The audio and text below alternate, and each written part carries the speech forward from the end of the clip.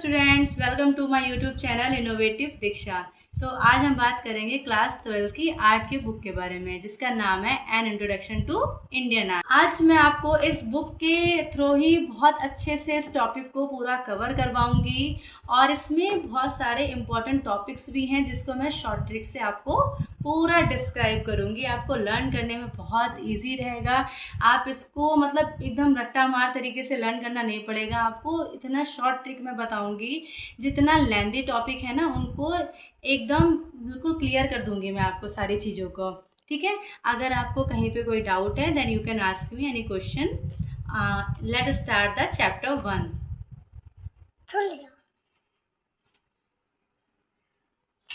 Okay student, तो सबसे पहले मैं बात करूँगी इसके कंटेंट्स की। The first one is there the manuscript painting tradition. The second one is there the Rajasthani schools of painting, the Mughal schools of miniature painting, the Deccani schools of painting, the Pahari school of painting, the Bengal school and cultural nationalism, the modern Indian art, and the last one is there the living art traditions of India।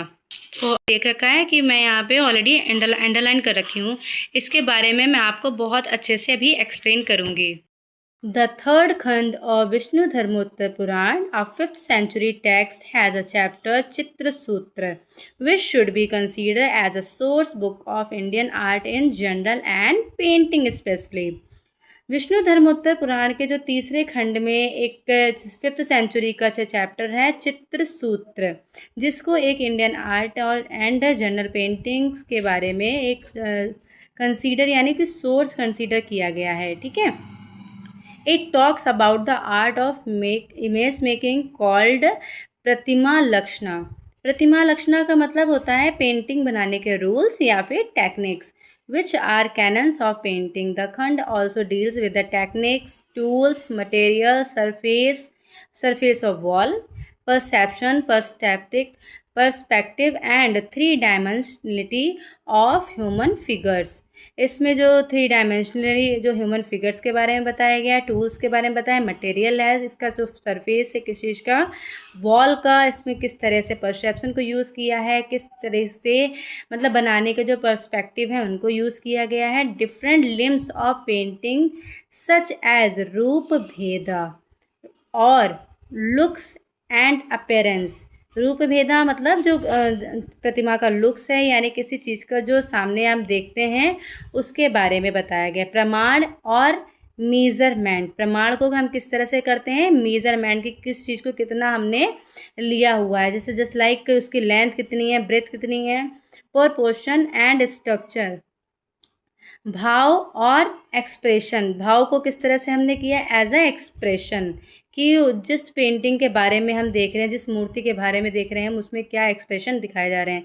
लावण्य योजना और aesthetic composition, लावण्य योजना को हम किस तरह से देखते हैं, एस्थेटिक कंपोजिशन के ज़रिए देखते हैं।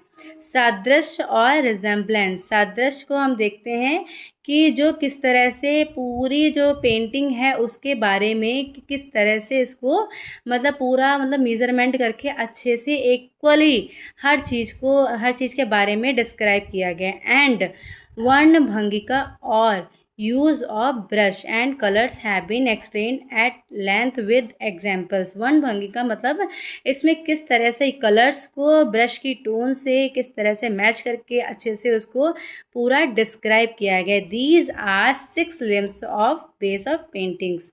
ओके, जो पेंटिंग होती है हमारी ये उसकी क्या मैंने बताया अभी आपको 6 लिम्स बताए हैं।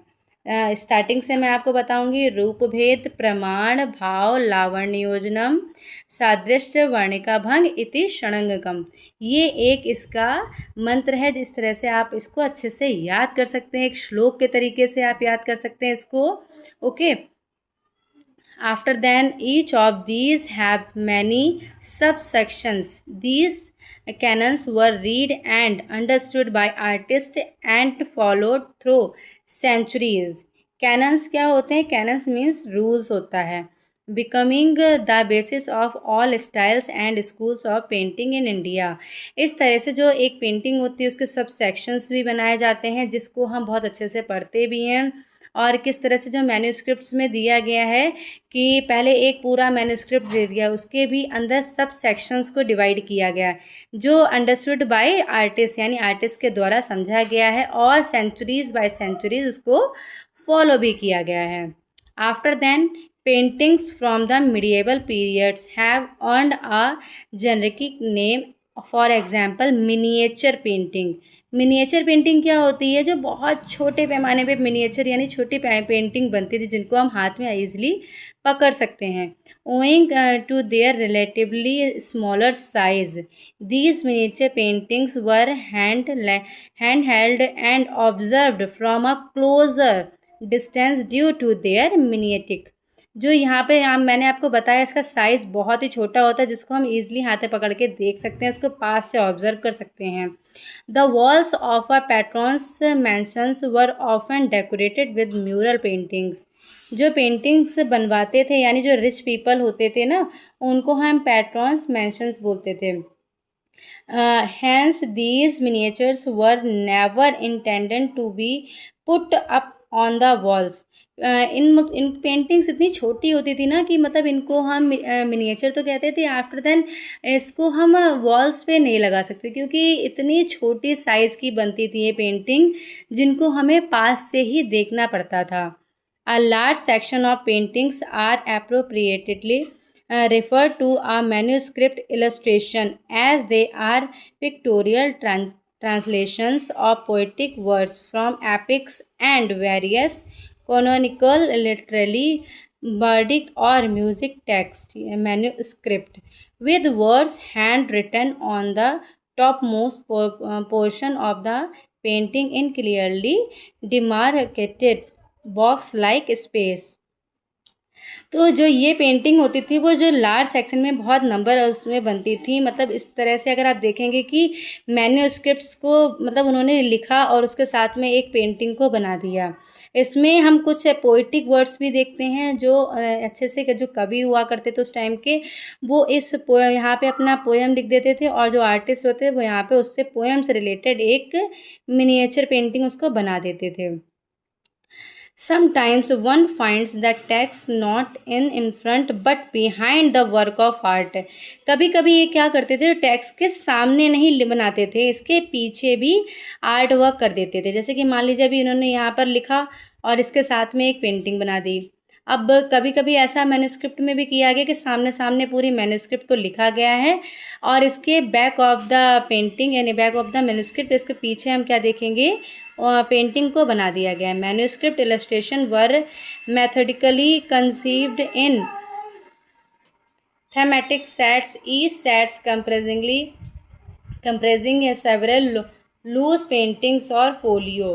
फोलियो हम कहते हैं एक पेपर और शीट को, जैसे इंडिविजुअल पेजेस होते हैं ना, बहुत सारे अलग अलग पेजेस होते हैं उसको। Each folio of paintings has its corresponding text inscripts either in the demarcated space on the upper portion of the painting or in its reverse। Accordingly, one would have sets of the Ramayana paintings और भागवत पुराण, और अब यहाँ पर देखेंगे कि हम भागवत और रामायण के भी बहुत सारे मैन्यूस्क्रिप्ट्स हैं और Mahabharata, Gita Govinda, Ragamala etcetera. Each set was wrapped up in a piece of cloth and stored as a bundle in the library of the king or patron। तो यहाँ पर हम देखेंगे इस तरह से मैन्यूस्क्रिप्ट्स होती थी जिनकी एक एक फोलियो यानी फोलियो मीन्स जो पेज होता है। तो इस तरह से 1 बाय 1 फोलियो को एक के ऊपर एक रख के, और अगर आप देखेंगे ऐसे सेट बनते हैं भागवत पुराण, महाभारत और गीत गोविंद के। तो ये सारे सेट्स इस तरह से एक बंडल बना लिया जाता है, इनको टाई कर लिया जाता है, ये पूरे मैन्यूस्क्रिप्ट्स होते हैं।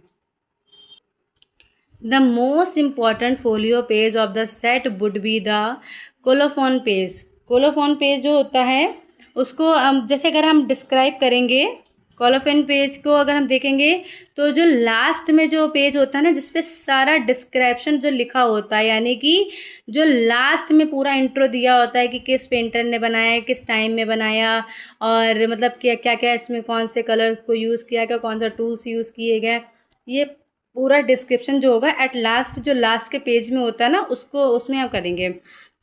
विच would furnish information regarding the names of the patrons, artist, scribe, date, place of commission और completion of the work and other such important details. इसमें ये सारी डिटेल्स ऑलरेडी दी गई हूँ किस पे, कोलोफोन पेज यानी कि लास्ट पेज पे। However, due to ravages of time, the colophon pages have often gone missing। मतलब ड्यू टू टाइम से थोड़ा टाइम बीतने के बाद जो कोलोफोन पेज हैं वो कई बार मिस भी हो गए हैं। Completion scholars to attribute missing particulars on the basis of their expertise. तो अगर हम देखेंगे कि इसका एक पेज मतलब कभी कभार होता है कि यहाँ मिला, किसी राजा को दिया, कोई राजा आए उन्होंने उसको एक पेज उसको गिफ्ट कर दिया, किसी से हम इम्प्रेस हो गए तो उसको एक पेज गिफ्ट कर दिया। तो उस टाइम के जो किंगडम में जो राजा हुआ करते थे वो इस तरह से इसके फोलियोज़ को मतलब gift as a gift use करते थे। इस तरह से जो हमारे ये फोलियोज़ जितने भी हैं वो अलग अलग कंट्रीज़ में डिवाइड हो गए हैं। Being fragile pieces of art works, paintings are susceptible to mishandling, fire, humidity and such other such calamities and disasters, considered as precious and valuable artifacts and also being portable. Paintings were often gifted to princes as a part to their dowries when they got married। तो जैसे मैंने भी आपको बताया कि बहुत सारे art work के पीसेस अलग अलग जगह पे पहुंच गए। किस तरह से पहुंच गए हैं कि जैसे कि उन्होंने इसको बहुत मतलब किसी आर्टिस्ट ने बनाया तो उस टाइम के जो राजा लोग होते थे वो क्या समझते थे, इसको प्रीसियस बहुत कीमती समझते थे और उनके लिए ये इतना कीमती था। अगर किसी रानी की, राजकुमारी की शादी हो रही है, अगर किसी राजकुमारी की शादी होती है तो उस टाइम पे क्या करते थे, एज अ डोरी वो उनकी मैरिज में गिफ्ट करते थे। अगर किसी जैसे अदर कंट्रीज से कोई राजा या किसी का राज बहुत अच्छा लगा तो उनको वो अपना एक फोलियो गिफ्ट कर देते थे। Paintings also travel to remote regions with moving pilgrims, monks, adventures, traders and professional narrators. Thus for instance, one would find a Mewar painting with the Bundi king and vice versa. Reconstructing the history of painting is phenomenal. Phenomenal means typical task. There are fewer dated sets compared to undated ones। मतलब बहुत सारे इतने manuscripts बनी हैं पर उसमें बहुत कम ही उसमें अगर आप देखेंगे मैन्यूस्क्रिप्ट्स में तो डेट लिखी होगी, अदरवाइज बिना डेट के ही बहुत सारे फोलियोज हमें मिलेंगे। When arranged chronically, there are various spells in between where one can only speculate the kind of painting activity that could have thrived. To make matters worse, the loose folios are no longer part of their original sets and are dispersed in various museum and private collections। तो अगर हम देखेंगे इन सारे manuscripts को हमने कहाँ पे मिलेंगे, जो प्राइवेट कलेक्शन है यानी म्यूज़ियम्स में मिल सकते हैं। कुछ अगर आप देखेंगे हम यहाँ पर तो इतने ज़्यादा लॉन्गर वे में हमको मिलते हैं जो इनके सेट्स बनाए गए हैं जिसमें कम ही डेट्स मिलेंगी और बहुत सारे ऐसे फोलियोज हैं जो विदाउट डेट बहुत सारे मिलेंगे। Keep surfacing time and again challenging the constituted timeline and compelling scholars to modify and refine the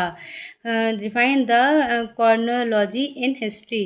In this light, undated sets of paintings are ascribed a hypothetical time frame on the basis of style and other circumstantial evidence। तो अगर हम देखते हैं यहाँ पे जो हमें paintings मिलती हैं मैन्यूस्क्रिप्ट्स के साथ में वो अनडेटेड बहुत सारी मिलेंगी, हाइपोथेटिकल टाइम फ्रेम में मिलती हैं और इसमें चैलेंजिंग जो आते हैं वो स्कॉलर्स का मॉडिफाई एंड रिफाइंड मेथड दिखेगा इन हिस्ट्री।